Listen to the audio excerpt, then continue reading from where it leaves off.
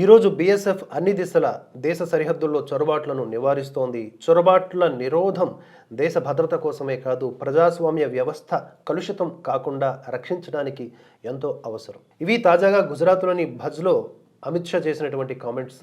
సరిహద్దు భద్రతా దళం బీఎస్ఎఫ్ వజ్రోత్సవ వేడుకల్లో ఆయన ప్రసంగించారు. ఇక్కడి నుంచే మరొక కీలక వ్యాఖ్య చేశారు. ఎస్ఐఆర్ మమతా బెనర్జీకి వణుకు పుట్టిస్తున్నటువంటి ఒక విషయం. ఎన్నికల సంఘం కొత్తగా ఏమీ తీసుకురాలేదు, గతంలో ఉన్నదే ఇప్పుడు ఇంప్లిమెంట్ చేస్తోంది. ఏమిటి? ఇంటింటికి వెళ్ళి సర్వే చేసి ఓటర్ల జాబితాని సవరణ చేయటం. కానీ ఇది మింగుడు పడనటువంటి మమతా బెనర్జీ అంతెత్తున లేచి ఏకంగా ఎన్నికల ప్రధాన అధికారి జ్ఞానేష్ కుమార్కు లేఖ రాసి దయచేసి ఆపేసేయండి దీన్ని అని చెప్తుంది. వీళ్ళ బాధ ఏంటి నాకు అర్థం కావట్లేదు. నిజంగా ఓటు హక్కు కలిగిన వాళ్ళ లిస్టు డేటా నుంచి బయటికి తీసేస్తే వాళ్ళు రోడ్డు మీద రాకుండా ఉంటారా? 4-5 వీళ్ళు చెప్తున్న లెక్క లక్షల్లో ఓట్లను తీసేస్తూ ఉన్నారు. మోదీ, అమిత్ షా వీళ్ళు ఎన్నికల కమిషనర్ని ఇన్ఫ్లుయెన్స్ చేసేసి ఈసీని దారుణంగా మిస్యూజ్ చేస్తూ ఉన్నారు. ఈసీ ద్వారా వాళ్ళకి అననుకూల ఓట్లను తొలగించేస్తున్నారు అనేది వీళ్ళ అభియోగం కదా. రాహుల్ గాంధీ కానీ, మమతా బెనర్జీ కానీ అండ్ కో కానీ. అదే నిజమైతే కనీసం 1000 మంది రోడ్డు మీదకి రారా మా ఓట్లు తొలగించేశారని? మనకు అలా కనబడట్లేదే. వీళ్ళ బాధ ఏంటంటే నకిలీ ఓట్లు తీయకూడదు. అందులోనూ వెస్ట్ బెంగాల్లో ఈ నకిలీ ఓట్ల సంఖ్య లక్షల్లో, మేబీ కోట్లలో కూడా ఉండొచ్చు. ఎస్ఐఆర్ అనేది చాలా పకడ్బందీగా ఈ ఓటర్ లిస్టును తయారు చేస్తోంది. ఎస్ఐఆర్తో ఈసీ అడుగు పెడుతుంటే మమతా బెనర్జీకి పోసాలు కదిలిపోతూ ఉన్నాయి. ఈ సందర్భంగా అమిత్ షా గారు చేసినటువంటి మరొక కీలక వ్యాఖ్యానాన్ని కదా, అదేంటంటే దేశంలో ఉన్న ప్రతి చొరబాటుదారుణ్ణి గెంటి వేస్తాం. కొన్ని రాజకీయ పార్టీలు ఎన్నికల జాబితా ప్రత్యేక ముమ్మర సవరణ లేదా ఎస్ఐఆర్ను వ్యతిరేకిస్తూ ఉన్నాయి.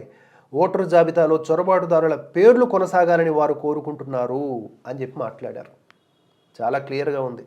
ఆపరేషన్ కగార్ విషయంలో అమిత్ షా ఎంత క్లియర్గా ఉన్నారో, ఇక్కడ వెస్ట్ బెంగాల్లో జరుగుతున్నటువంటి ఎస్ఐఆర్ విషయంలో కూడా అంతే క్లారిటీగా ఉన్నారు. మనందరికీ డౌట్ రావచ్చు, ఎస్ఐఆర్ అంటే సింపుల్గా ప్రతి ఇంటికి వెళ్తారు, ఎంతమందికి ఓటు హక్కు ఉంది, ఎవరు చనిపోయారు, చనిపోయి కూడా ఇంకా ఓటు హక్కుని కలిగి ఉన్నారు అంటే లిస్టులో వారి పేరు ఉంది, ఎవరు వేరే చోటుకి వలస వెళ్ళిపోయారు, ఇదే కదా చూస్తారు అని. కానే కాదు. ఇక్కడ ఒకటి ఫైండ్ అవుట్ చేస్తారు. ఎవడు ఈ దేశానికి సంబంధించని వాడు ఇక్కడుండి ఓటు వేస్తున్నాడు, వాడికి కూడా ఓటు హక్కు ఉన్నది అనేది గుర్తించి అది రెడ్ మార్క్ పెడతారు. అలా పెట్టినటువంటి వ్యక్తులందరూ కూడా ఇమ్మిగ్రేషన్ అండ్ ఫారినర్స్ యాక్ట్ 2025 దాని క్రిందకు వస్తారు. దీంతో వీళ్ళందరూ అంటే వీరి నేర తీవ్రత బట్టి వారు కనుక నకిలీ పత్రాలు సృష్టించి ఇక్కడ ఓటు హక్కు లాంటివి పొందడం చేస్తుంటే 10 ఏళ్ల జైలు శిక్ష, 10 లక్షల రూపాయల జరిమానా, లేదా అంతకంటే కొంచెం చిన్న తప్పు చేసుంటే మినిమం 5 ఏళ్ల జైలు శిక్ష, 5 లక్షల జరిమానా.